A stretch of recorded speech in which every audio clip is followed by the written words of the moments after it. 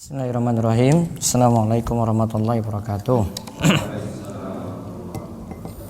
Alhamdulillah, salatu wassalamu ala rasulillah wa ala alihi wa man tabi'ahum bi ihsan ila yaumiddin.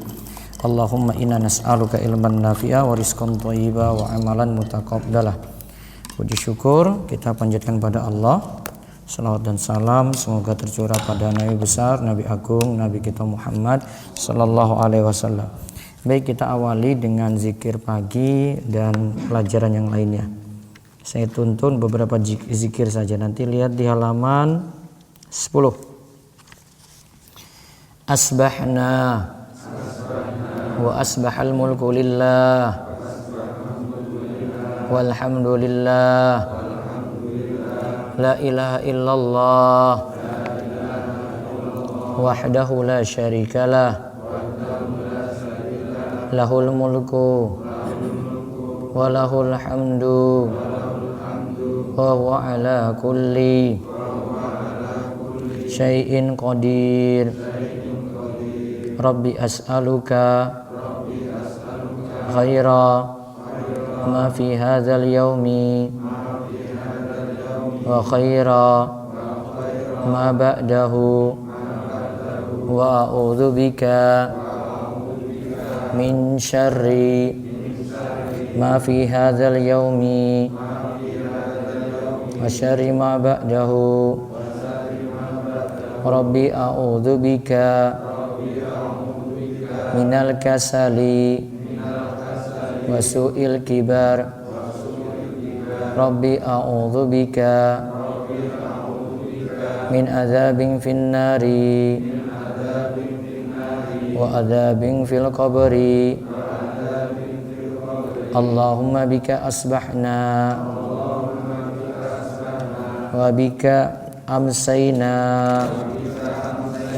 wa bika nahya wa bika namutu wa ilaika nusyur. Allahumma anta rabbi la ilaha illa anta khalaqtani wa ana abduka wa ana ala ahdika wa wa'dika mastata'tu a'udzu bika min syarri ma sana'tu abu'u laka bi ni'matika alayya wa abu'u bi dhanbi faghfirli fa innahu la yaghfiru dzunuba illa anta. Baik, buka 50 doa.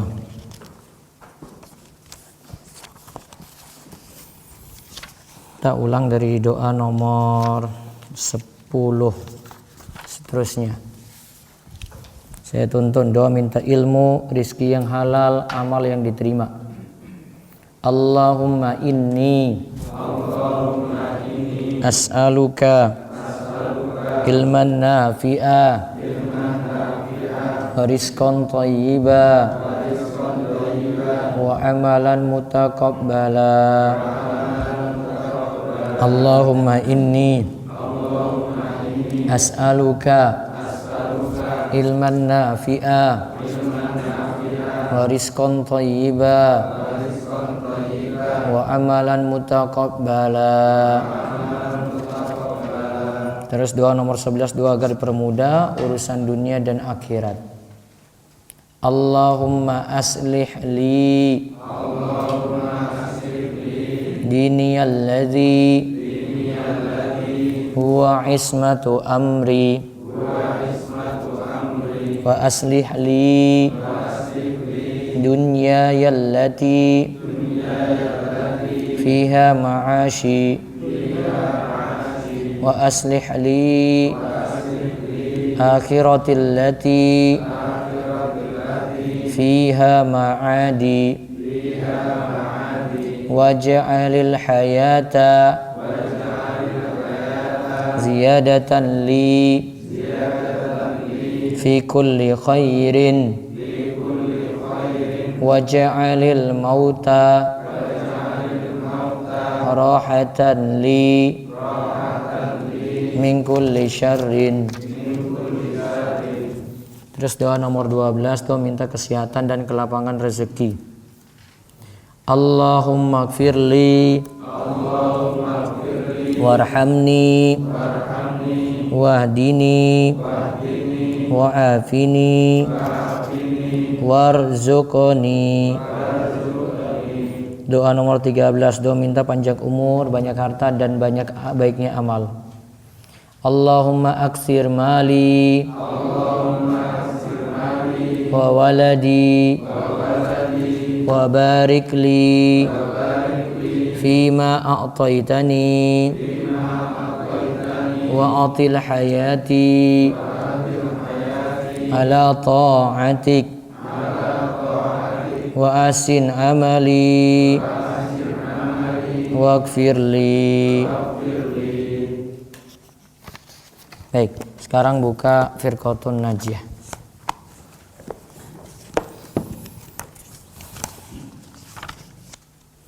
Kita lihat poin nomor 10.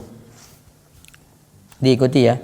Ini masih prinsip-prinsip manhaj golongan yang selamat.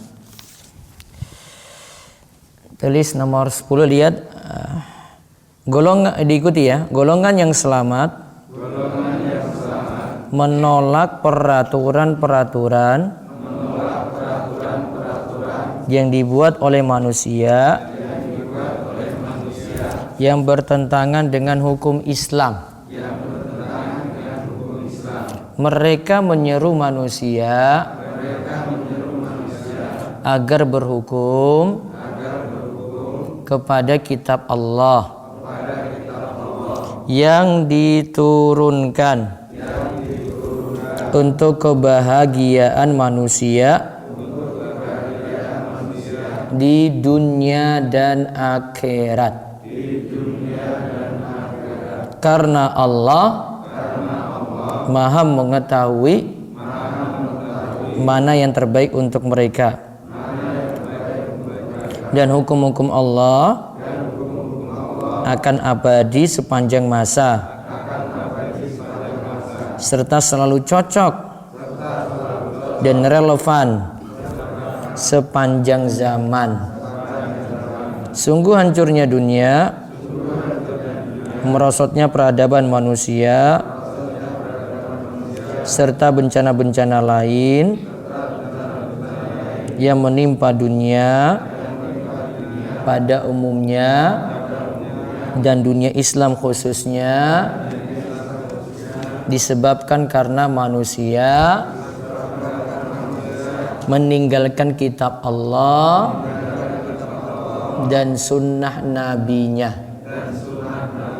Sungguh tidak ada kejayaan bagi kaum muslimin kecuali bila mereka mau kembali kepada aturan-aturan Islam, baik dalam urusan pribadi, kelompok, maupun urusan bernegara.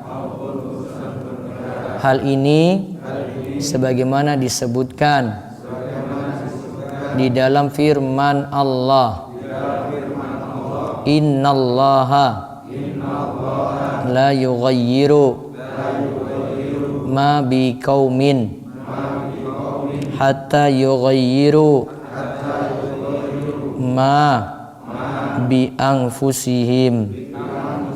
Sesungguhnya Allah tidak akan mengubah nasib suatu kaum hingga mereka sendiri yang mengubah keadaan yang ada pada diri mereka. Baik. Sekarang lihat prinsip yang ke-10. Golongan yang selamat itu menolak peraturan-peraturan yang dibuat oleh manusia yang bertentangan dengan hukum Islam. Kalau bertentangan saja berarti kita bagi Hukum ada dua.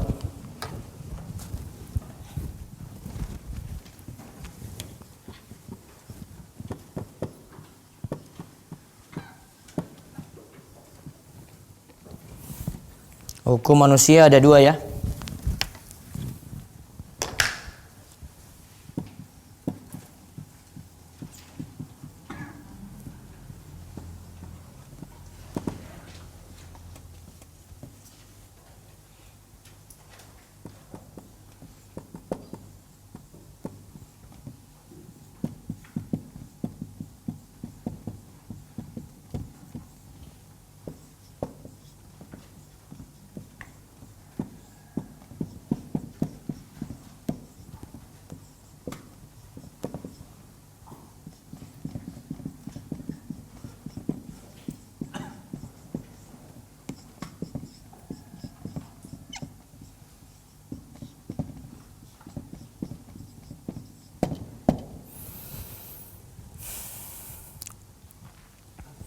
Hukum manusia ada dua.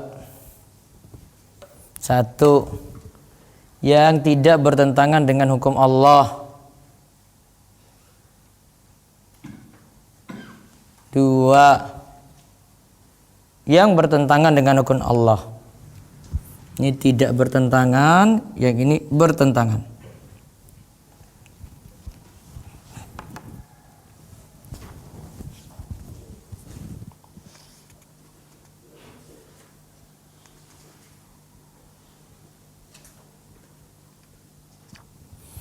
Nah, kalau hukum yang tidak bertentangan dengan hukum Allah, berarti tidak ada larangan sama sekali untuk dibuat. Artinya tidak menabrak hukum-hukum yang ada.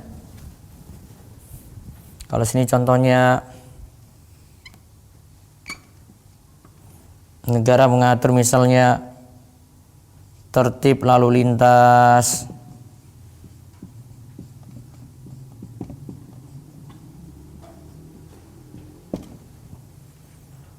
misalnya negara juga atur batas-batas tanah,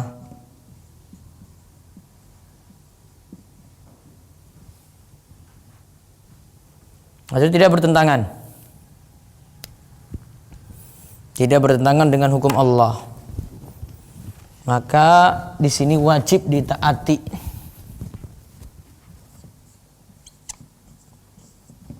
Wajib taat hukum pemerintah.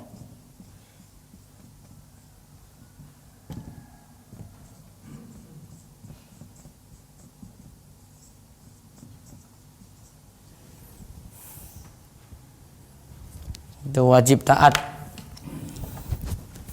Lalu lintas ada lampu merah, berhenti, disuruh pakai helm, ya, disuruh tertib surat-surat, nah itu manut. Itu tidak ada pertentangannya dengan hukum Allah. Itu gak usah pakai dalil.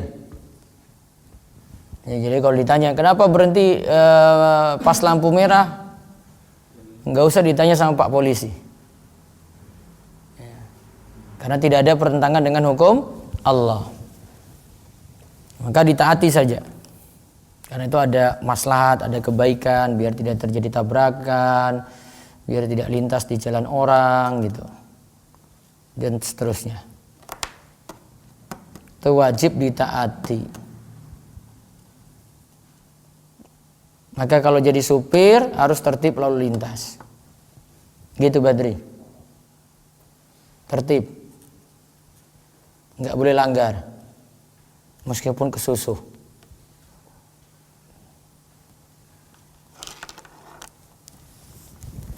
Terus yang kedua yang bertentangan dengan hukum Allah. Berarti secara aturan melarang, secara aturan bertentangan gitu. Misalnya kalau ada aturan dilarang pakai jilbab, kalau ada aturan negara kayak gitu ya, nggak boleh ditaati. Ini bertentangan dengan hukum Allah ini. Dilarang pakai jilbab.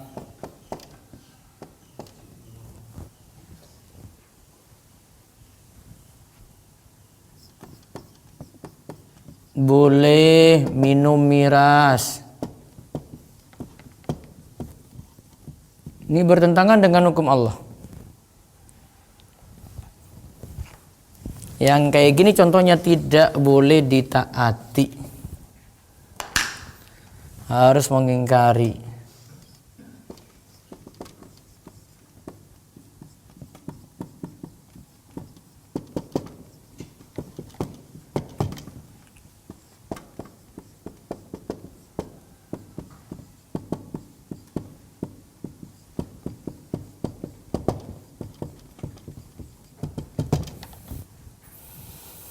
Tidak boleh ditaati, muslim harus mengingkarinya. Tuh.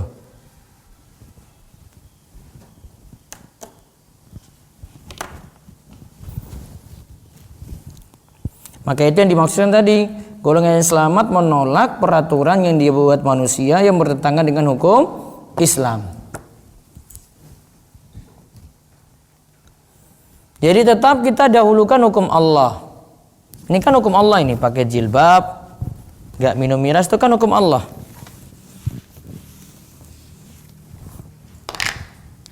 Pakai jilbab, ya. Larangan miras ini kan hukum Allah. Ini lebih unggul daripada peraturan manusia. Ini hukum Allah.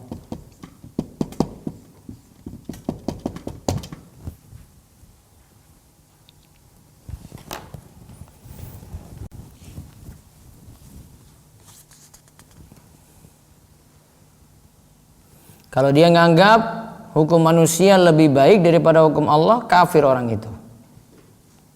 Wa malam yahkum bima anzalallah fa ulaika humul kafirun. Dia nganggap hukum manusia ya itu lebih baik daripada hukum Allah. Keyakinannya saja.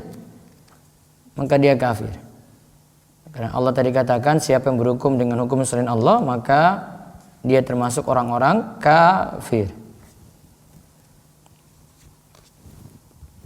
Lalu beliau singgung lagi, sungguh hancurnya dunia,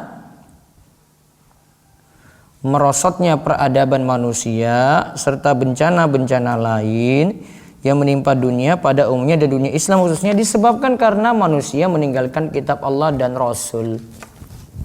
Berarti musibah datang karena kita tinggalkan hukum Allah.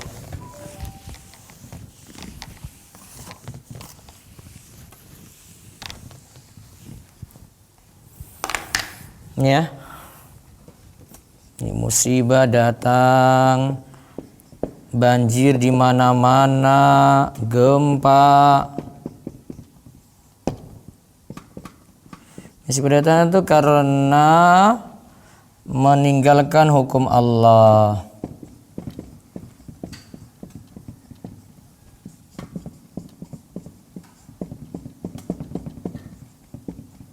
Syirik dijalankan, jilbab nggak mau pakai, miras diterjang. Nah itu sebab musibah nantinya itu.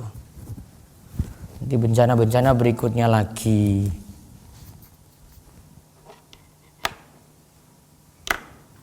Kalau mau selamat, tadi ya di ayat surat Ar-Ra'du ayat 11 kita harus berubah. Innallaha la yughayyiru ma biqaumin hatta yughayyiru ma bi anfusihim. Allah tidak akan mengubah nasib suatu kaum hingga mereka sendiri yang mengubah keadaan yang ada pada diri mereka. Kalau nggak mau berubah, ya tetap musibah datang. Baik, satu bahasan lagi. Safinatun Najah. Sampai halaman berapa? Badri?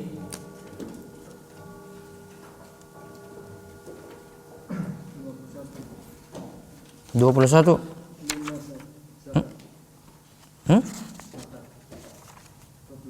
Dulu saya ulang gak ya? Oh, secara sholat sudah ya. Jamaah sudah juga ya. Khutbah juga sudah. Jenazah sudah ya. Taib. 50 sudah, halaman 50? Pun? Sudah? Hah?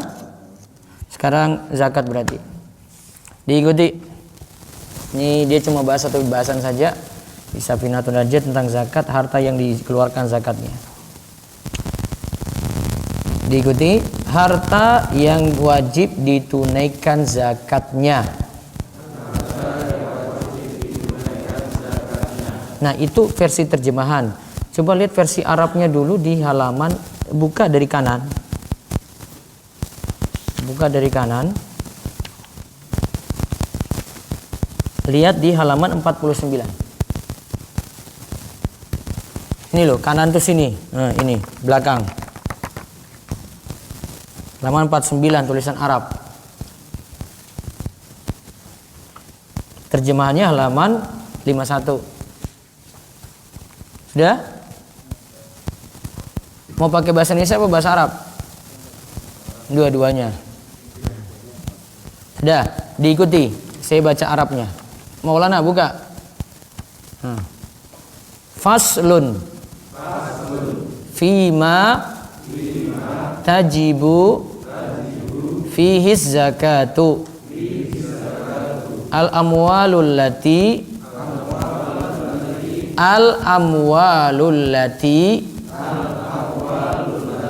talzamu fiha zakatu sittatu anwa'in an-na'amu wan-naqdanu wal mu'asyaratu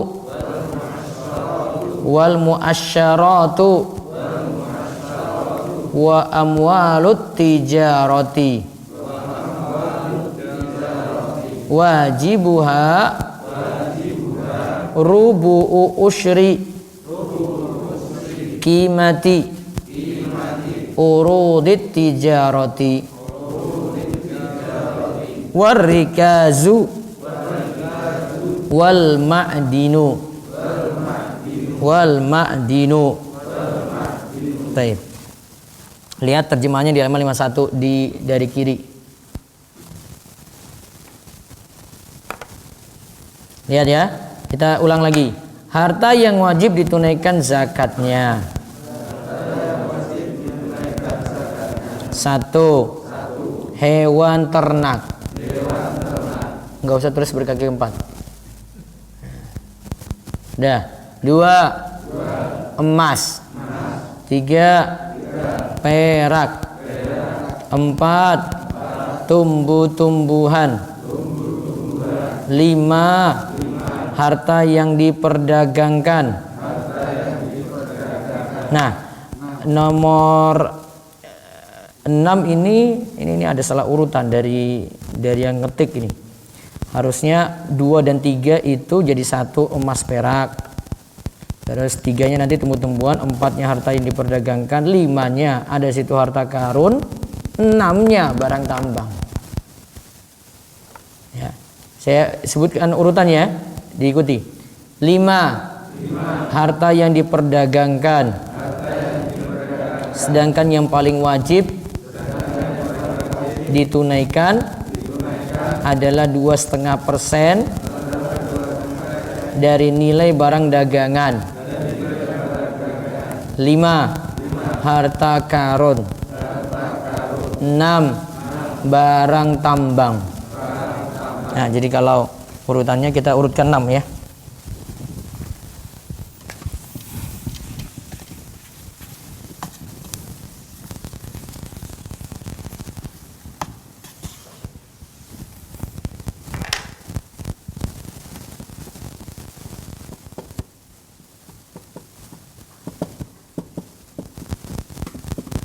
Ini yang wajib dizakati ya, ingat ya.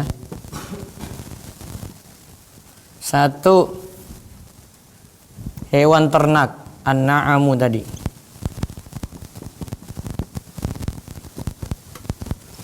2. Nakdain, emas dan perak. Ini jadi 1.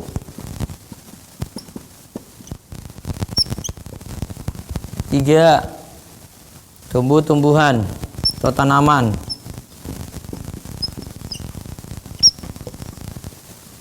4, barang dagangan.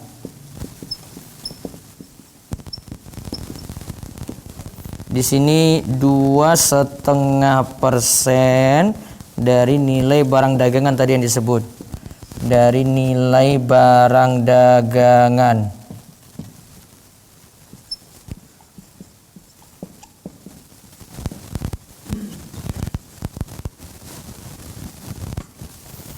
Lima, harta karun, rikas. Nama lainnya rikas.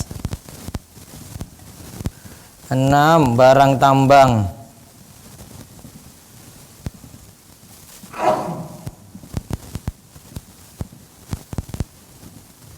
Barang tambang, ma'din. Oke. Menjadi satu ya, emas perak atau nakdain, alat tukar. Tak uang masuk sini berarti.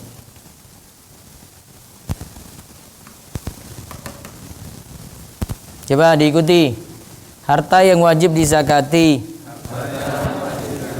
1, hewan ternak.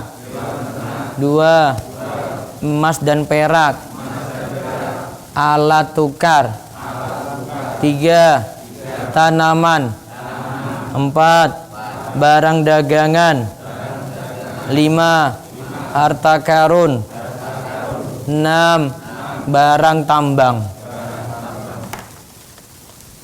Nanti hewan ternak di sini kita rinci semuanya pekan depan. Ini sapi, kambing yang ada di sini ya, unta.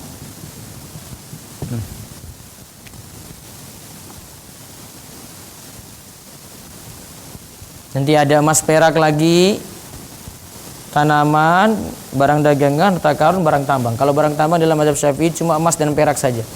Nah ini 6 ini saja yang dibatasi.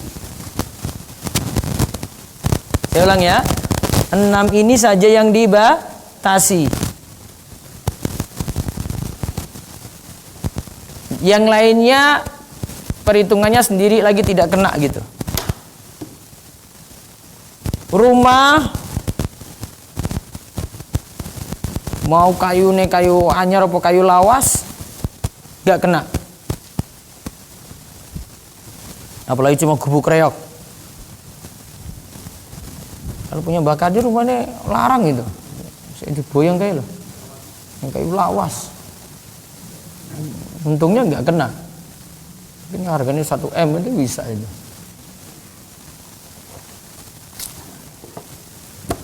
Punya motor nggak Mbak Kadir? Awas ngomong orang. Nggak ada toh motor toh? Motor ada nggak segini kendaraan? Ada nggak kendaraan? Nggak berarti. Apalagi masih kredit.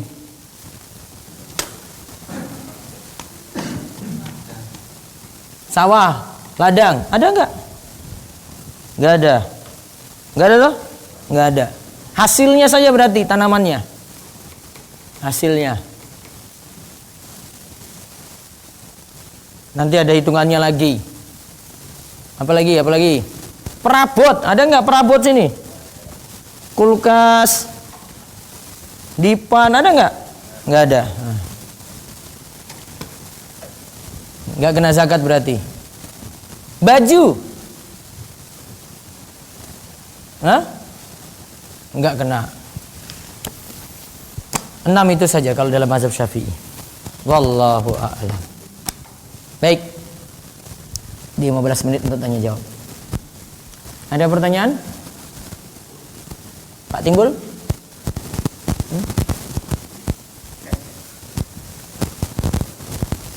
Mbak Kadir, apa zakat?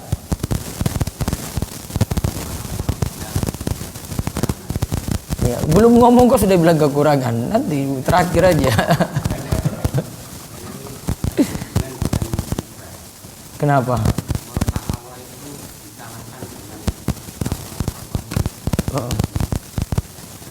Maksudnya kasih sayang Allah masih lebih besar daripada musibah yang Allah turunkan. Buktinya Mbak Kadir masih hidup. Iya tak? Itu sudah kasih sayang Allah itu.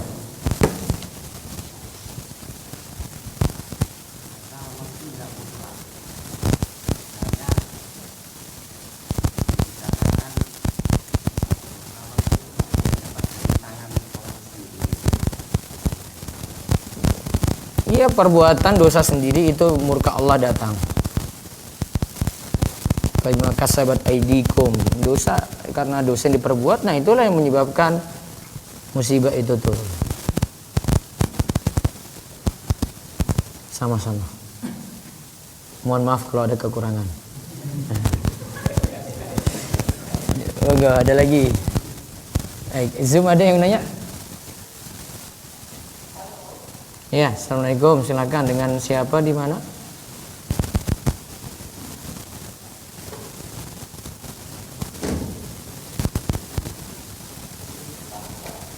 Ya.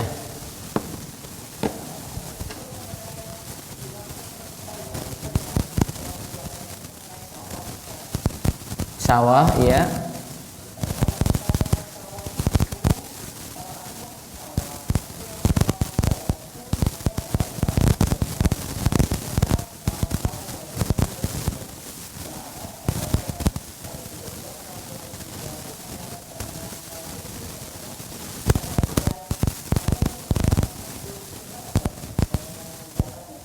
Di atas 7 kuintal enggak yang ibu peroleh?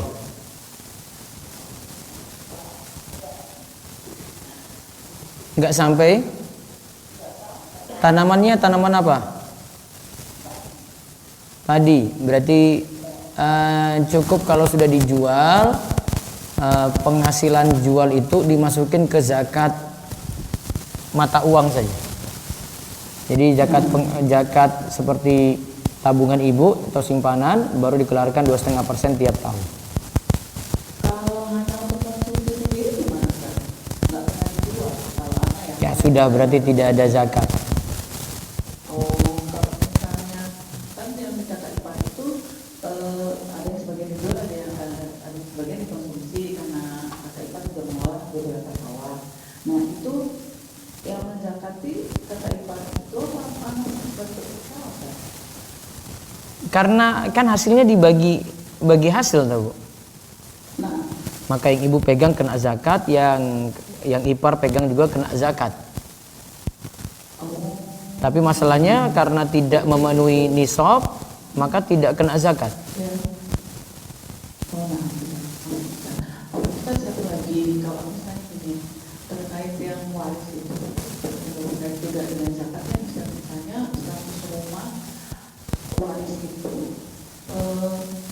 rumahnya berdasarkan misalnya ada beberapa satu rumah itu bisa dikatakan ada yang untuk ini jadi dikontrakkan gitu Ustaz. Nah itu apakah perlu dijalankan juga Ustaz? Jadi saat rumah masih ada, sudah dibagi-bagi belum Bu? Belum. Kalau belum dibagi, nanti ketika dibagi, ketika sudah dimiliki individu baru kena zakat. Kalau masih dalam keadaan utuh, masih milik, misalnya ada 6 orang di situ, maka belum kena. Karena zakat itu harus dimiliki secara sempurna, milik utuh. Bukan milik salah satu, gitu.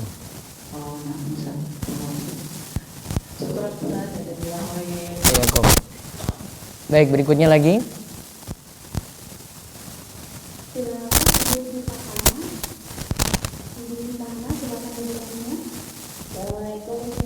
Ya, waalaikumsalam warahmatullahi wabarakatuh.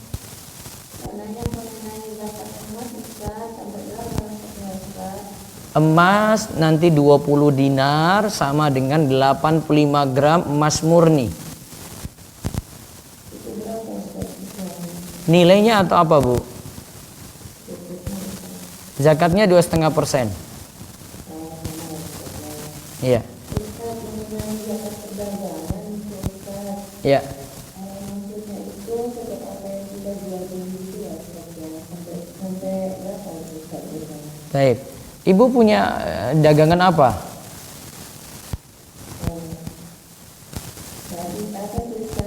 Misalnya kalau punya toko ada jual sembako lah, toko sembako. Misalnya toko sembako ya. Toko sembako ini dihitung total barang dagang berapa? Yang ready stock. Yang stoknya ada. Tambah dengan uang cash di situ. Kalau ada utang jatuh tempo dikurangi dengan utang. Nah, bersihnya berapa dikalikan 2,5%. Berarti dia akumulasi semua totalnya ya Ustaz ya? Iya.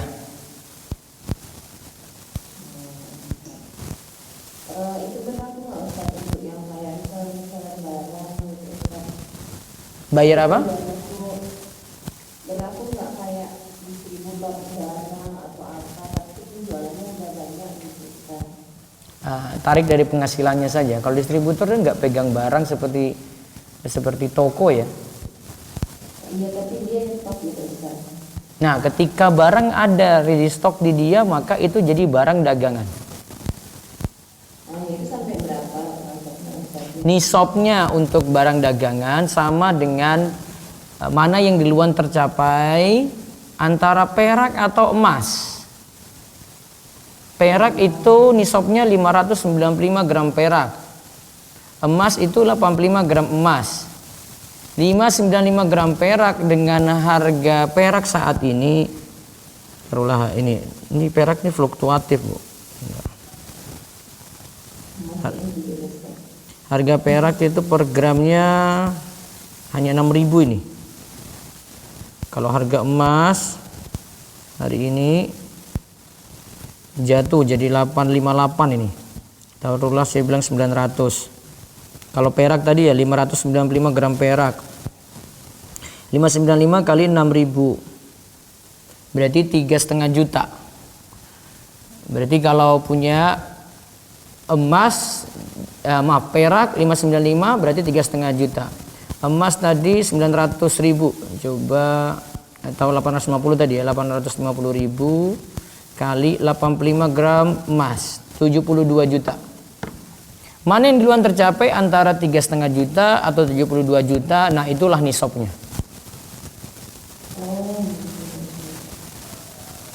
Itu tadi kan 2,5% nanti Ustaz ya? Iya, misalnya simpanannya ada nilai uangnya itu 15 juta. Sudah bertahan 1 tahun Hijriah. 1 tahun Hijriah ini bertahan dari saat ini sampai 1 tahun ke depan. Dia nggak turun dari nisab. Kalau turun dari nisab berarti belum kaya. Tunggu dulu di atas nisab, naik terus, dikalikan 2,5%. 15 juta misalnya itu bertahan setahun, 15 juta dikalikan 2,5%. Atau dibagi 40.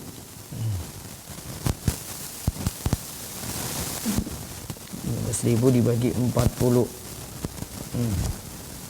Dapat 375.000. Berarti itu profit ya Ustaz ya? Simpanan. Beda. Saya bilang simpanan, Bu, bukan profit. Kalau saya bilang profit, Ibu akan hitung cuma profit bulan itu. Namun kalau saya bilang simpanan, berarti total usaha Ibu berapa ditambah simpanan-simpanan yang lain. Bedakan zakat ya, zakat itu bukan hitung pemasukan, zakat itu hitung simpanan. Kalau hitung pemasukan kecil, Bu, simpanan masih banyak. Yang diincar itu simpanannya, bukan yang diincar itu pemasukannya. Pemasukan 5 juta, simpanan ada 200 juta, yang kena zakat 200 juta. Paham bedanya, Bu ya? Nah, jatuhnya ke tabungan, simpanan Ibu berarti. Tabungan ada berapa di total semua, termasuk juga yang usaha itu masuk, ada tabungan-tabungan yang sebelumnya juga masuk, disatukan kali 2,5%.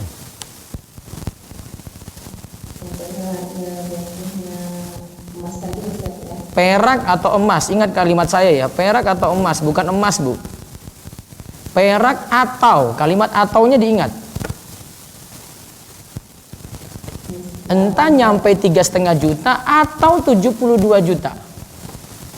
Dan perak selalu lebih rendah, berarti 3,5 juta sudah kena Bu.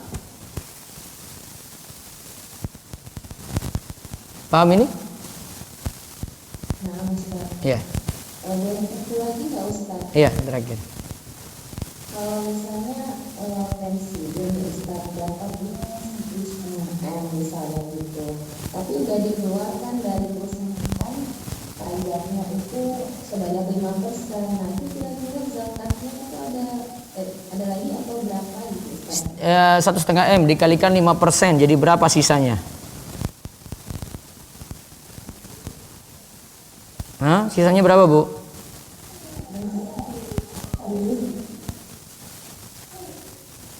95% kan sisanya?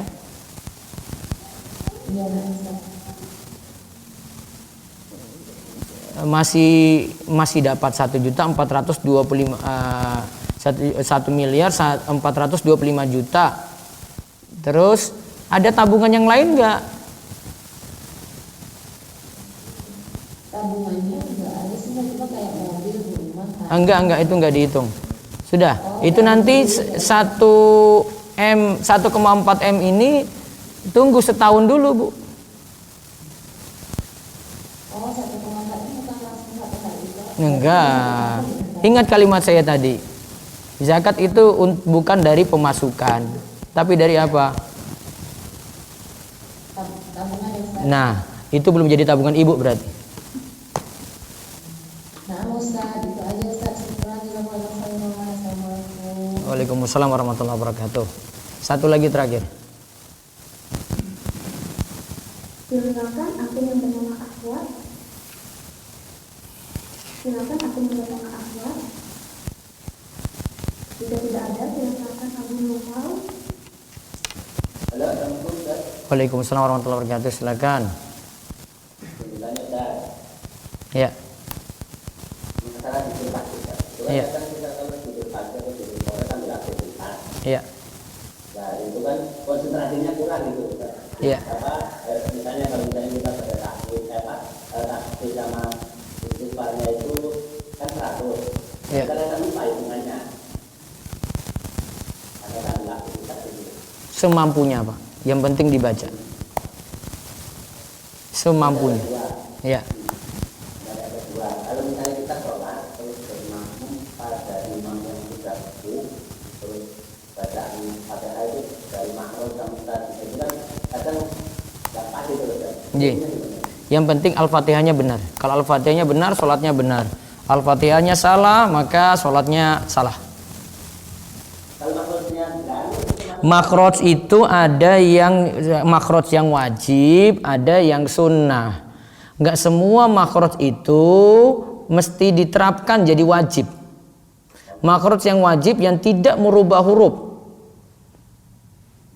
Ya, kalau sampai merubah huruf berarti sudah keluar dari yang wajib. Jadi jangan pakai standar tajwid untuk menentukan sahnya sholat. Pakai standar ya aturan-aturan fikih di situ.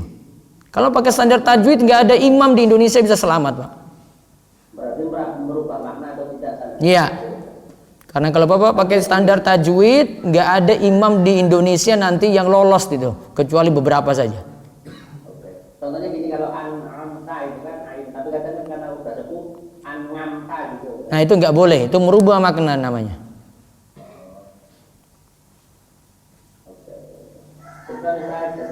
Iya kum. Baik, kita cukupkan. Insyaallah besok pagi kita bahas Bulughul Maram. Silakan yang lainnya juga yang di sini bisa hadir di pertemuan Ahad pagi seperti biasa. Kita cukupkan, kita tutup dengan doa kafaratul majlis. Subhanakallahumma bihamdika, asyhadu an la ilaha illa anta astaghfiruka wa atubu ilaik. Assalamualaikum warahmatullahi wabarakatuh.